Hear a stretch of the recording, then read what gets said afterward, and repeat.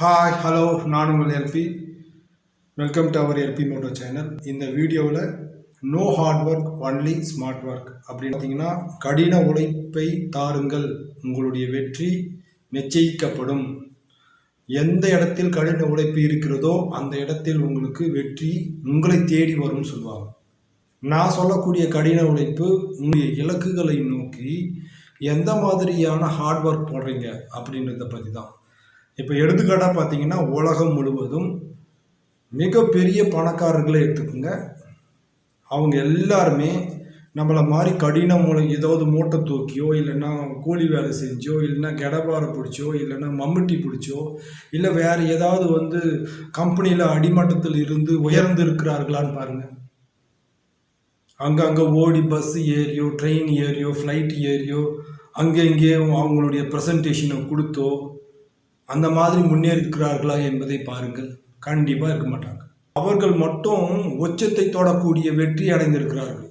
வானை முட்டும் அளவுக்கு வெற்றி அடைந்திருக்கிறாங்க. அவர்கள் இடத்தில் நினைத்து பார்க்க முடியாத அளவுக்கு புகழ் இருக்கிறது, பணம் இருக்கிறது.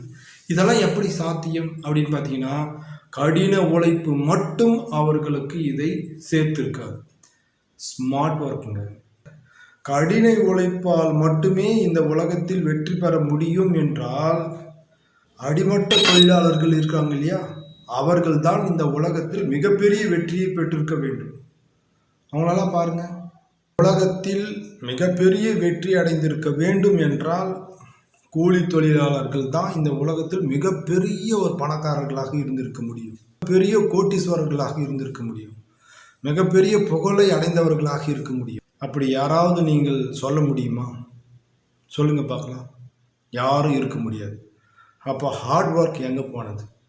அதனால தான் நான் சொன்னது no hard work only smart work அப்படின்னு. அது எப்படி நம்ம கையாள்வது என்பதை பார்ப்போம். ஓகே மை டியர்ஸ், நீங்கள் பார்க்கக்கூடிய மிகப்பெரிய நிறுவனங்கள் எல்லாமே, எடுத்துக்காட்டாக அமேசான், ஃப்ளிப்கார்டு, கூகுள் நிறுவனம், ஃபோன்பே, ஜொமேட்டோ, இந்த மாதிரி எடுத்துக்காட்டுகளாக சிலவற்றை மட்டும்தான் சொல்லியிருக்கிறேன். இவர்கள் எல்லாம் எந்த இடத்துல போய் ஹார்ட் ஒர்க் பண்ணாங்க?